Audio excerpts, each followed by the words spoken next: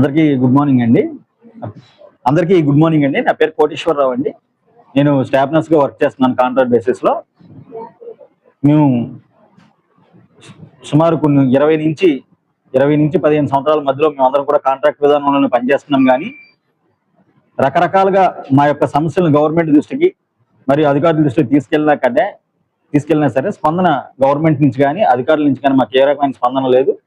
దానిలో భాగంగానే మన 17వ తారీఖున రాష్ట్ర వ్యాప్తంగా మహాధర్నా అనే కార్యక్రమాన్ని కూడా మేము నిర్వహించాము. అయినా సరే ఇప్పటికీ కూడా అటు గవర్నమెంట్ నుంచి కానీ లేకపోతే గవర్నమెంట్ లో పనిచేస్తున్నటువంటి అధికారులు కానీ మాకు ఎటువంటి పిలుపు రాలేదు. మా సమస్యలు వినడానికి ఎవరు అసలు నోచుకోవట్లేదు.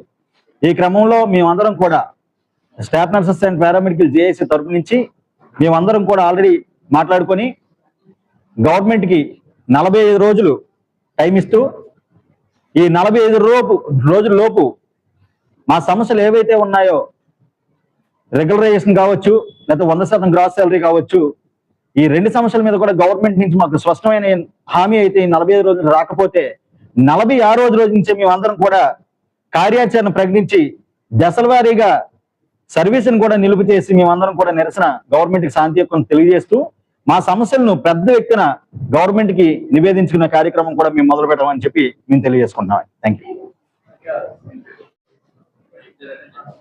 అందరికీ నమస్కారం అండి. నా పేరు అజయ్ కుమార్, నేను ల్యాబ్ టెక్నీషియన్ని. ముఖ్యంగా ఏంటంటే మొన్న 17వ తారీఖున మహాధర్నా చేసాం. ఆ ధర్నా కూడా మీరు అందరూ సహకరించారు, థ్యాంక్ యూ. ఎందుకు చేశాం అన్నది మీకు అందరికీ తెలుసండి. కోవిడ్ అంటే మహాభయంకర విపత్తు వచ్చినప్పుడు ముందుండి పోరాడింది ఎవరంటే మా పారామెడికల్ స్టాఫ్, మా నర్సెస్ మేమండి. ఎందుకంటే మీ అందరికీ తెలిసిన విషయమే, ప్రైవేట్ హాస్పిటల్ మూసినప్పుడు భార్య పిల్లలకి దూరంగా ఉంటూ మరి ఎంతమంది జీవితాలతో మేము వెలుగు నింపిన వాళ్ళకి మా జీవితంలో ఈరోజు వెలుగు లేకుండా పోయింది. అది చాలా బాధాకర విషయం అండి. 1 సంవత్సరం 2 సంవత్సరాలు కాదు, గత 15-20 సంవత్సరాలు మేము కాంట్రాక్ట్ అనే ముసుగులో మేము ఇలాగా చేయవలసి వస్తుంది. చాలా సర్వీస్ కోల్పోతున్నాం. మా యొక్క వచ్చి బెనిఫిట్స్ కూడా మాకు రాకుండా పోతున్నాయి. ఈ రోజు ఒక రెగ్యులర్ ఎంప్లాయ్ చూసుకుంటే లక్షల్లో శాలరీస్ తీసుకుంటే ఒక కాంట్రాక్ట్ ఎంప్లాయ్ చూస్తుంటే చాలా జీవితంతో ఈ రోజు గడుపుతున్నాడు. చాలా బాధాకర విషయం అండి. అది ఇద్దరు ఒకే పని చేస్తున్నారు, బట్ వేరియేషన్ చాలా ఎక్కువగా ఉంది. కానీ సుప్రీంకోర్టు గైడ్ లైన్స్ ప్రకారం మాకు సమాన పనికి సమాన వేతనం అని చెప్పేసి మాకు గవర్నమెంట్ రిక్వెస్ట్ చేస్తున్నాం అండి. అందులో భాగంగా ముఖ్యంగా మేము రెగ్యులర్ అవ్వాలి ప్రధానంగా. ఎందుకంటే ఎంత అలా చేస్తున్నా మేము ఒక కాంట్రాక్ట్ బతుకుల్లో బతుకుతూ ఇంత సేవలు చేస్తూ మా ఆరోగ్యాన్ని ప్రాణంగా పెట్టి ప్రజా ఆరోగ్యానికి మేము మద్దతు పలుకుతూ మరి గవర్నమెంట్కి ఎంత సేవలు అందిస్తున్నా మాకు కంపల్సరీగా రెగ్యులేషన్ చేయాలని మరి గవర్నమెంట్ అడుగుతున్నామండి. అలాగే 2వ పాయింట్, ఈ రెగ్యులేషన్ అయ్యే లోపల మాకు 100% గ్రాస్ శాలరీ కావాలండి. ఎందుకంటే ఈ గవర్నమెంట్ ఎట్లా చేసిందంటే విభజించు పాలించు అనే దాంట్లో వెళ్ళిందండి. ఎందుకంటే కొంతమందికి నా పక్కన కూర్చున్నవాడికేమో 100% గ్రాస్ శాలరీ వస్తుంది, అదే పని చేస్తున్నారు, అదే కాంట్రాక్ట్ లో ఉన్న మాకేమో MTS ఇస్తున్నారు, మినిమం టైం స్కేల్ ఇస్తున్నారు. అటువంటి వేరియేషన్ లేకుండా మాకు అందరినీ కూడా ఎవరైతే కాంట్రాక్ట్ లో వర్క్ చేస్తున్నారో ఈ రోజు వరకు కూడా వాళ్ళందరినీ రెగ్యులర్ చేయాలండి. రెగ్యులర్ చేసే వరకు కూడా 100% గ్రాస్ శాలరీ ఇవ్వాలని చెప్పి ప్రధాన ఎజెండాతో మేము గవర్నమెంట్ కి విన్నవించుకున్నామండి. అదే కార్యాచరణ మేము 45 రోజులు గవర్నమెంట్ కి అయితే మరి ఇస్తున్నామండి. ఆ టైంలో వాళ్ళు ఆ కార్యాచరణ చేయాలని మేము కోరుకున్నామండి. ఆ తర్వాత మరి జేఏసీ తీసుకున్న నిర్ణయానికి అంటే తీసుకుంటుంది అన్నది అంటే 45 రోజుల తర్వాత కార్యాచరణ చేస్తానని జేఏసీ తీసుకున్న నిర్ణయానికి మొత్తం అందరూ కట్టుబడి అవసరం అయితే అత్యవసర సేవలు కూడా బంద్ చేసి మేము ధర్నాకు వస్తామని మీ మీడియా ముఖంగా మేము విన్నవించుకున్నామండి. Thank you sir. శిల్ప సౌందర్య అండి, ఈస్ట్ గోదావరిలో వైస్ ప్రెసిడెంట్ గా ఉన్నానండి. ఈ రోజు ఇక్కడ ల్యాబ్ టెక్నీషియన్ అసోసియేషన్ కి వైస్ ప్రెసిడెంట్ అండి. ఈ రోజు ఇక్కడ ఎందు నిమిత్తమై మేము కార్యాచరణకి మేము సిద్ధపడామో అందరికీ తెలిసే, ఇక్కడికి వచ్చిన వారందరికీ తెలుసు. అయితే ప్రాముఖ్యంగా ఈ జేఏసీ ఏర్పడడానికి గల కారణం ఏంటంటే ప్రతి కాంట్రాక్ట్ ఉద్యోగి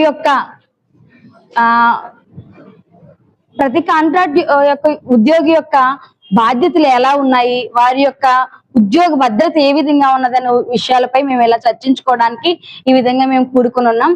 అయ్యా, మీకు ముందుగానే మా వాళ్ళందరూ మొన్న మహాధర్నా 17వ తారీఖున మహాధర్నాగా 6500 మందితో మొత్తం అందరూ కలిసి మేము ఏకమై వచ్చినప్పటికీ కూడా ప్రభుత్వాలు మా వైపు అసలు చూడకుండా ఎందు నిమిత్తమే ఉన్నాయో మాకైతే తెలీదు.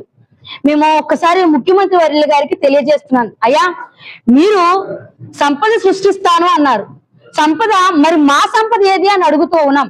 ఈ రోజు 4 నెలల నుంచి మాకు జీతం లేదు.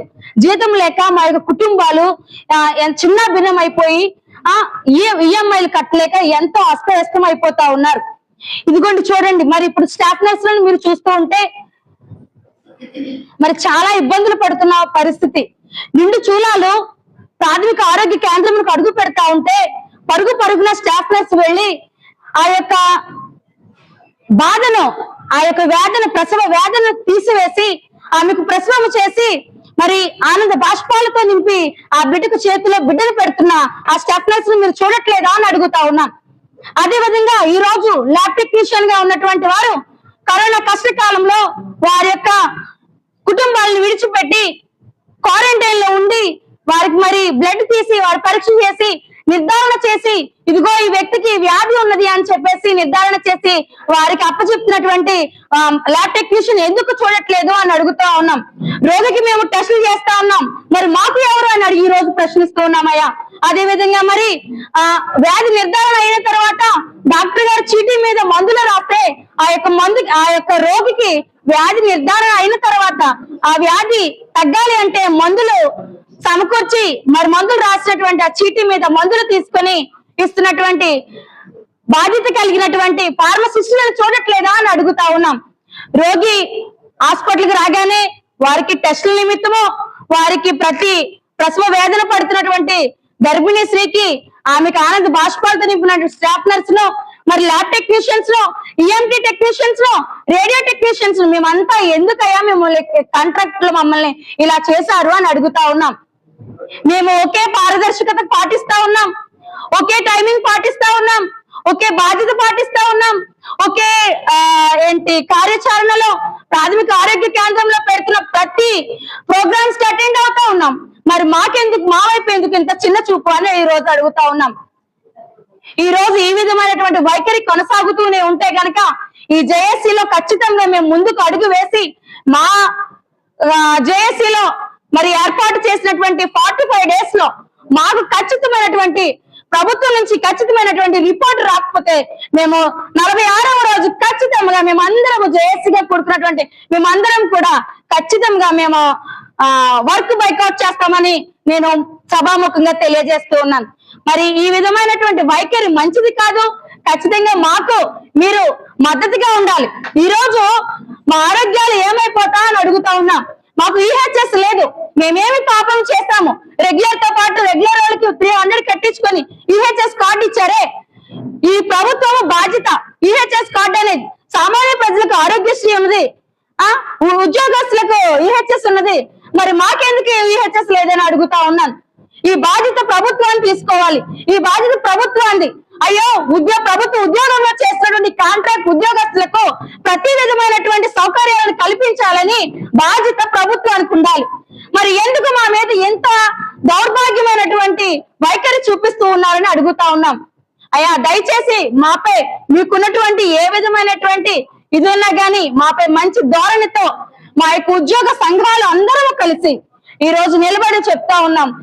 మీరు ఖచ్చితంగా మా వైపు ఒక్కసారి మేము పెద్దగా అడగట్లేదు, మాకు రెగ్యులరైజేషన్ చేయండి. రెగ్యులరైజేషన్ చేస్తే ఈ బెనిఫిట్స్ అన్ని అందులోకి కలిసిపోతాయి. ఒక్క రెగ్యులరైజేషన్ చేయండి, అది చాలు అన్నాం. ఈ లోపు రెగ్యులరైజేషన్ అవ్వలేని పక్షంలో కాంట్రాక్ట్ ఉద్యోగులు ఉన్న మమ్మల్ని 100% గ్రాస్ సాలరీలో మమ్మల్ని ముందుకు ఉంచి తర్వాత రెగ్యులర్ దశలో మమ్మల్ని నడిపిస్తారని సభాముఖంగా తెలియజేస్తున్నాను. Thank you so much. అందరికీ నమస్కారం అండి. ఈ రోజు జేఏసీ తలపెట్టినటువంటి ఈ కార్యక్రమం ముఖ్య ఉద్దేశం ఏంటంటే, నేను కాంట్రాక్ట్ ఫార్మ్స్ ఆఫీస్ అసోసియేషన్ తరఫు నుంచి మాట్లాడుతున్నానండి. ఈ యొక్క జేఏసీ యొక్క ముఖ్య ఉద్దేశం, ఈ కార్యక్రమం పెట్టే ముఖ్య ఉద్దేశం ఏంటంటే, కాంట్రాక్ట్ వైద్య ఆరోగ్య శాఖ ప్రతి ఒక్క కాంట్రాక్ట్ ఉద్యోగం యొక్క కోల్పోతున్నటువంటి ఆర్థిక ప్రయోజనాలు కానీ, వాళ్ళకి దక్కవలసినటువంటి ప్రయోజనాలు కానీ ప్రభుత్వం వారు తగు పరిష్కారాన్ని సూచించాలని, అదేవిధంగా ఒక నిర్దిష్ట ప్రణాళికతో ఒక 15 రోజుల గడువుని గవర్నమెంట్ ముందు ఉంచి మా యొక్క డిమాండ్ను పరిష్కరించాలని కోరుతూ, ముఖ్యమైన డిమాండ్స్ ఏమిటంటే, ప్రతి ఒక్క కాంట్రాక్ట్ ఉద్యోగం యొక్క రెగ్యులరైజేషన్ అనేది అది ప్రభుత్వ బాధ్యత. వాళ్ళకి అర్హత గల ప్రతి ఒక్క కాంట్రాక్ట్ ఉద్యోగ అర్హతలు అన్నీ ఉన్నాయి, ఎలిజిబిలిటీస్ అన్నీ ఉన్నాయి, రెగ్యులర్ చేయడానికి ఎటువంటి ఇబ్బందులు లేవు. కానీ గవర్నమెంట్ ఎందుకో ఆర్థిక అంశాలతో ముడిపడుతుంది. పైగా కొన్ని కొంతమందికి మాత్రమే గ్రాస్ సాలరీ అనే దానిని ఇస్తూ ఇది వరకు వైద్య ఆరోగ్య శాఖలో ఉన్నటువంటి ఉద్యోగులకు గతంలో 100% పే డిఏహెచ్ఆర్ఏ ఇంప్లిమెంట్ చేస్తూ కాస్త భరోసా ఉండింది అంటే ఆర్థికంగా. సో అటువంటిది కూడా గత ప్రభుత్వాల అంతకుముందు వచ్చిన జీవోల ఆధారం చేసుకొని ప్రస్తుతం మమ్మల్ని మినిమం టైం స్కేల్కి పరిమితం చేశారు. ఇది చాలా బాధాకరం. సో ఈ రెగ్యులరేషన్ ప్రక్రియ జరిగేలోగా ఎవరైతే మిగిలిపోయినటువంటి కాంట్రాక్ట్ ఉద్యోగులు ఎవరైతే ఉద్యోగులు చేస్తున్నారో వాళ్ళందరికీ కూడా గ్రాస్ సాలరీ ఇంప్లిమెంట్ తక్షణమే అమలు చేయాలని, పైగా కుటుంబం ఒక వైద్య కాంట్రాక్ట్ ఉద్యోగ యొక్క కుటుంబంలో ఒక వ్యక్తి మరణిస్తే ఆ కుటుంబం దీనావస్థకు వెళ్ళిపోతుంది. వాళ్ళ పోషించే వ్యక్తి చనిపోయినప్పుడు ఆ కుటుంబ పరిస్థితి చాలా మంది మీరు ఆలోచన మీ ఊహకి వదిలేస్తున్నాం. వాళ్ళు ఎంత బాధపడతారు. పైగా ఆ చిన్నపిల్లలు వాళ్ళకి భవిష్యత్తు అంత అంధకారం అయిపోతుంది. సో ప్రభుత్వం ఎన్నో పథకాలు చేపడుతుంది.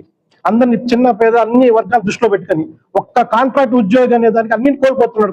ప్రభుత్వ పథకాలు అందవు, బీమా సౌకర్యం లేదు, ఆరోగ్య భద్రత లేదు, పైగా ఫైనాన్షియల్ గా ఎటువంటి భద్రత ఉండదు. బయటకు వెళ్ళి ఒక రూపాయి అప్పు పుట్టాలన్నా కూడా నువ్వు చేసేది కాంట్రాక్ట్ ఉద్యోగం, నీకు నెలకు జీతం వస్తుందో లేదో కూడా తెలియదు అనేది మా మీద సామాజికంగా కూడా ఒక అబద్ధాభావం కలిగించేసేసి ఆత్మనిర్భరతా భావం కూడా కలిగిస్తుంది అది. సో వీటన్నిటికీ కారణం మేము చేస్తున్నటువంటి ఉద్యోగాలు రెగ్యులేషన్ అనేది నోచుకోవాలి. గవర్నమెంట్ చేతనే అది ఉంది. ఇది ఆర్థిక అంశాలతో ముడిపెట్టద్దు. దయచేసి గవర్నమెంట్ కూడా మేము విన్నవించేది ఏంటంటే ఈ యొక్క జేఏసీ తరఫున నాయకత్వం తరఫున గవర్నమెంట్కి ఏదైతే కూటమి ప్రభుత్వానికి మేము చేతులెత్తి మొక్కుంటున్నాము, మా యొక్క కాంట్రాక్ట్ ఉద్యోగులందరినీ కూడా రెగ్యులేట్ చేయాలి. రెగ్యులేట్ చేసేంత లోపల 100% గ్రాస్ సాలరీ ఇస్తూ ఇటువంటి రెగ్యులర్ ప్రక్రియను తొందరగా మీరు అనౌన్స్ కమిటీ ఏర్పాటు చేయడమో ఏదో కొన్ని దాని ముందడుగు వేయాలని ఈ యొక్క వేదిక తరపు నుంచి మీ ద్వారా ప్రభుత్వాన్ని వేడుకుంటున్నాం. అందరికి నమస్కారం అండి. నా పేరు సుమన్. నేను ఇప్పుడు ప్రధానంగా ఏపీజీసీఎన్ఏ స్టేట్ ప్రెసిడెంట్ గా నేను ఇక్కడ వర్క్ చేస్తున్నాను. ఏదైతే జేఏసీ కమిటీ సభ్యుల మేరకు మా సంఘం తరపున మేము పూర్తి మద్దతు తెలుపుతున్నాము వీళ్ళకి. అదేవిధంగా జేఏసీ కార్యక్రమ సమావేశంలో ఏదైతే వీళ్ళు కార్యాచరణ ప్రకటించారో ఆ కార్యాచరణకు సంబంధించినటువంటి ప్రధాన 5 డిమాండ్స్ నేను ఇప్పుడు మీకు చెప్తున్నాను. ఏదైతే ఆల్ క్యాడర్స్ కాంట్రాక్ట్ ఎంప్లాయీస్ ఎవరైతే ఉన్నారో వాళ్ళు రెగ్యులర్ చేయాలని అనుకుంటున్నారు. సెకండ్ వచ్చేసి రెగ్యులర్ చేసేంత వరకు 100% గ్రాస్ సాలరీ ఇంప్లిమెంట్ చేయాలనుకుంటున్నారు. అదేవిధంగా ఎస్గ్రేషియా కాంట్రాక్ట్ ఎంప్లాయీస్ చనిపోతే ఎటువంటి మట్టి ఖర్చులకు కూడా రూపాయలు లేని పరిస్థితి. ఎవరైతే చనిపోతే వాళ్ళకు కుటుంబ సభ్యులు అండగా నిలిచి చేస్తున్నారు. అదే విధంగా ఆ విధంగా ఉండకూడదని ఒక 50 lakhs ఎస్గ్రేషియా అనుకుంటున్నారు. అదేవిధంగా మా కాంట్రాక్ట్ ఎంప్లాయీస్ కి మ్యూచువల్ ట్రాన్స్ఫర్స్ కానీ ఏం లేదు. ఒక్కసారి మేము ఎక్కడైతే పోస్టింగ్ తీసుకుంటామో అక్కడే చనిపోయేంత వరకు అంటే రెగ్యులరైజేషన్ అయిన తర్వాత సంగతి అక్కడే ఉద్యోగాలు చేయాల్సి వస్తుంది. దానికి సంబంధించి మ్యూచువల్ ట్రాన్స్ఫర్స్ కానీ ఇవ్వాలని కోరుతున్నాము. ఇంకోటి ఏంటంటే చైల్డ్ కేర్ లీవ్, మన మహిళా ఉద్యోగులకి చైల్డ్ కేర్ లీవ్ లేవండి. మాకు ఉండేది ఒక 35 days క్యాజువల్ లీవ్సే. ఈ విధంగా చైల్డ్ కేర్ లీవ్ ఇస్తే మా వాళ్ళు కొంత ఉద్యోగ పద్ధతితో పాటు ఈ విధంగా ఇంప్లిమెంటేషన్ అవుతుంది. ఇంకోటి ఏంటంటే మా జేఏసీ చైర్మన్ కోటేశ్వర గారు చెప్పిన ప్రకారం ఏదైతే ఈ గ్రేస్ పీరియడ్ 45 days అన్నారో ఆ 45 days తర్వాత కార్యాచరణ అయిపోయిన తర్వాత గవర్నమెంట్ కి మేము ఒకసారి ఇంప్లిమెంట్ చేసి కలుస్తాము. కలిసిన తర్వాత కూడా మాకు చర్చల్ని పిలవకపోతే మేము మాత్రం కార్యాచరణ 45 days తర్వాత చర్చలు పిలవకపోతే 11 days గ్రేస్ పీరియడ్ ఇస్తాం. ఈ గ్రేస్ పీరియడ్ లో మాకు ఎటువంటి బాధ్యత అంటే గవర్నమెంట్ నుంచి మాకు ఎటువంటి స్పందన లేదంటే డ్యూటీస్ బైకాట్ చేసి బయట కూర్చునే పద్ధతి మేము బయటకు వస్తాం. ఆ విధంగా చెప్తాం.